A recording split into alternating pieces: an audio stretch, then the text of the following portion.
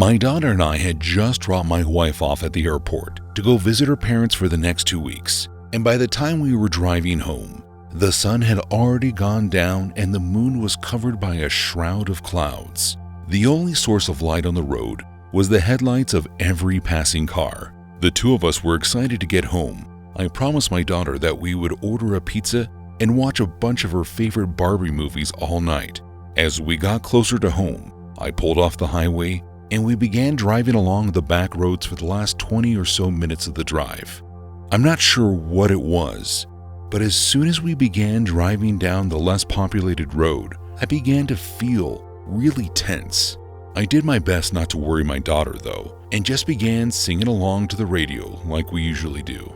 Like always, I sort of fell into a trance, and because I have driven this route a million times, I just sort of zoned out as we were driving along. I was snapped out of it though. When I saw my daughter point out of her peripheral vision, she asked me what that was as she pointed toward the side of the road ahead of us. That was when I saw what appeared to be a young woman kneeling down, practically sitting on the side of the road. Instinctually, I began to slow down, but to my surprise, my daughter almost went into a panic as we began to approach the woman. She turned to me and practically begged me not to stop. And before I could even ask her why not, I noticed that she began tearing up. So of course, I listened to her and continued past the person. As we kept going, I tried to calm my daughter down, but the fact that I didn't stop to make sure she was okay continued to eat at me. I asked my daughter why she didn't want me to slow down, and she said that woman scared her. I thought that her imagination must have just been running wild, so I began to explain to her that that woman might have needed help and that we should have really go back and check on her, but I didn't want to make my daughter uncomfortable. Thankfully, her mother always taught her to treat others with kindness, and once she understood, she basically insisted that we go back and help. Sure enough, as soon as we hit a wide enough stretch of road, I turned around and began driving back to the spot where we saw the woman sitting on the ground.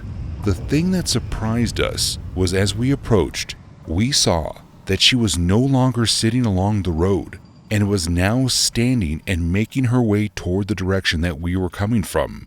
As we got closer, I could see that there was clearly blood on the woman's face. It wasn't clear where the injury was though. It sort of looked like it had been splattered across her face instead of coming from her own wound.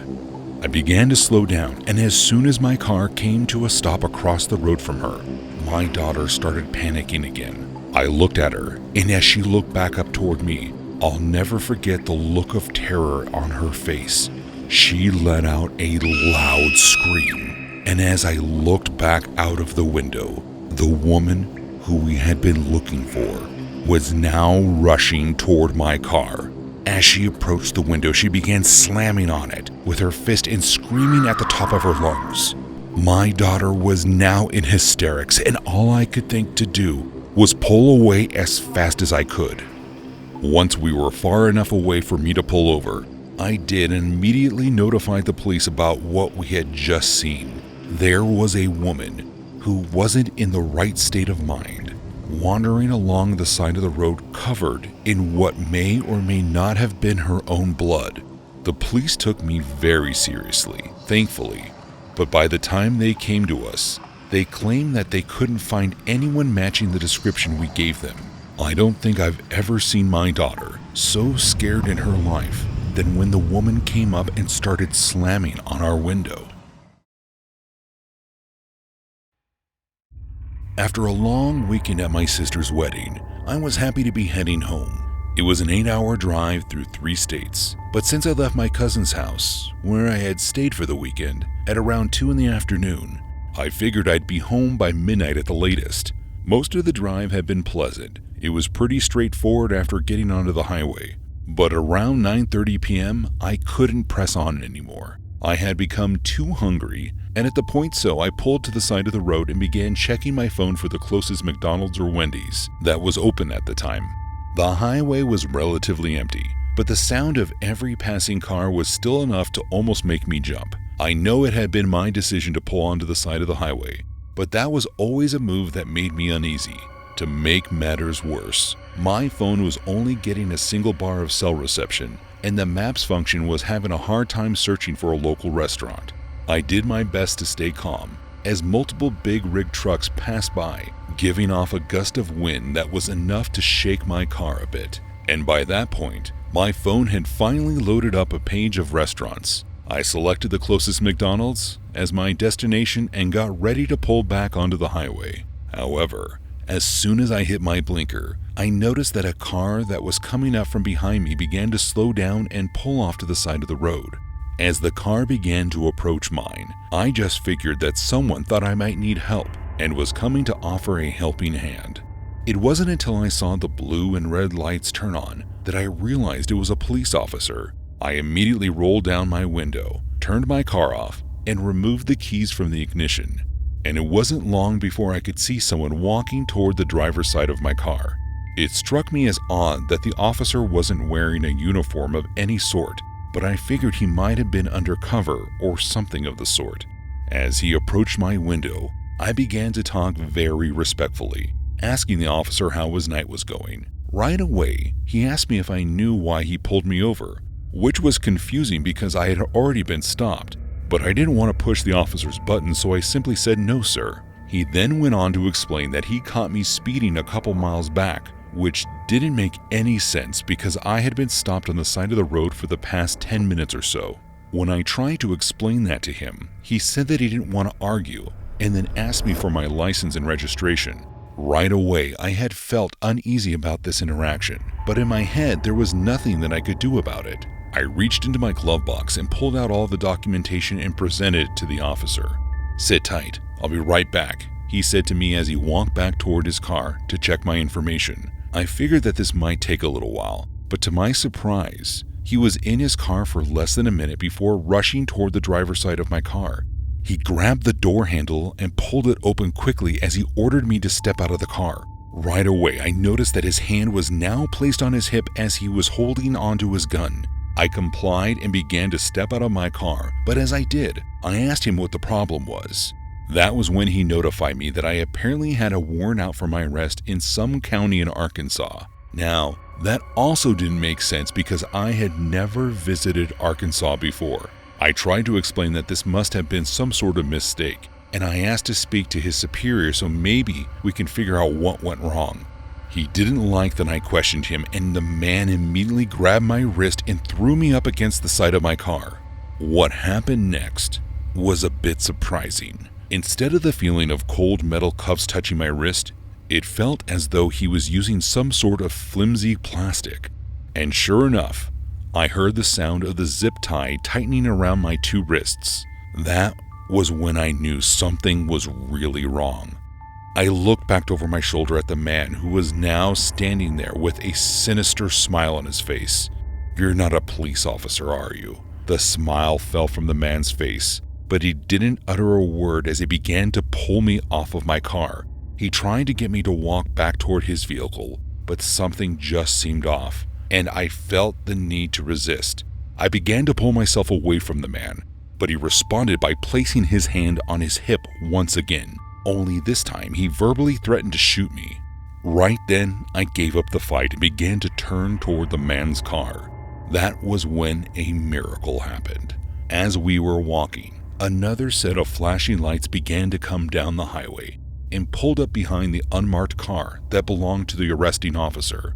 This time, a fully uniformed police officer stepped out what was clearly a police car, and he began making his way toward me and the other man. He must have seen that I had felt uneasy because right away he began questioning the man who had placed me under arrest. The man insisted that he was an undercover officer for the county, but he clearly got anxious as the uniformed officer began to press him for more information, including a badge number. It quickly became clear to everyone that the man who had placed me in zip-tie handcuffs was not a police officer. And that was when the situation changed entirely. The uniformed officer drew his weapon and demanded that the other man step away from me, and to my surprise, he listened. Within seconds, the other man was placed on the floor and having real handcuffs placed on his wrists. I was taken to the police station to give my statement as well as my information. And after they had spoken to the man, The police let me know that he admitted to doing this across 7 states in the past 2 years. They couldn't tell if he was telling the truth or not, but the man himself claimed to have killed 14 victims, and I was apparently supposed to be number 15. After a long day at work, all that was on my mind was getting home. I worked in Manhattan and lived about an hour out of the city, so I had a long drive ahead of me, but I figured I'd throw on a podcast and I'd be home in no time. I never could have expected what would happen as I approached a streetlight shortly after crossing the bridge out of the city. I began pulling up to the light as it turned from green to yellow, then to red. I slowed my car down to a halt and waited patiently. There was no other car around, but to my surprise, it looked like the intersection was popular. There was a group of 4 people that had been seemingly waiting to cross the street. As I came to a stop, I was confused that only one of them began to move forward through the crosswalk, but I figured it was no big deal. At least, that was until the man stopped right in front of my car and turned to look directly at me. It was like my headlight shining in his face didn't even faze him.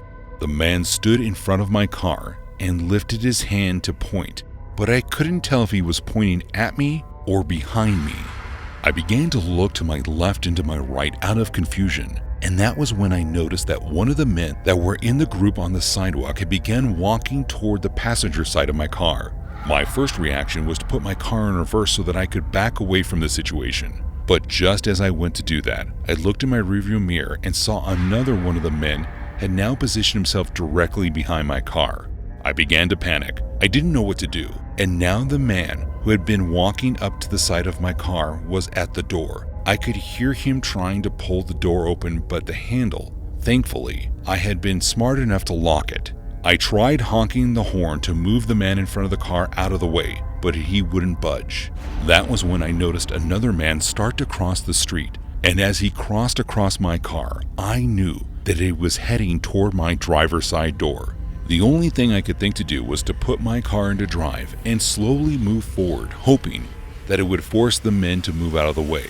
The man in the front of the car tried to put his hands on the hood to stop me, but at that point, I was committed and pushed a little bit harder on the gas pedal as I steered a bit to the side. As the 2 men in the front of my car got pushed out of the way, I pressed down on the pedal harder and eventually managed to speed out of there. As I got farther away, I called the police to report the incident, but after that, I heard absolutely nothing about it.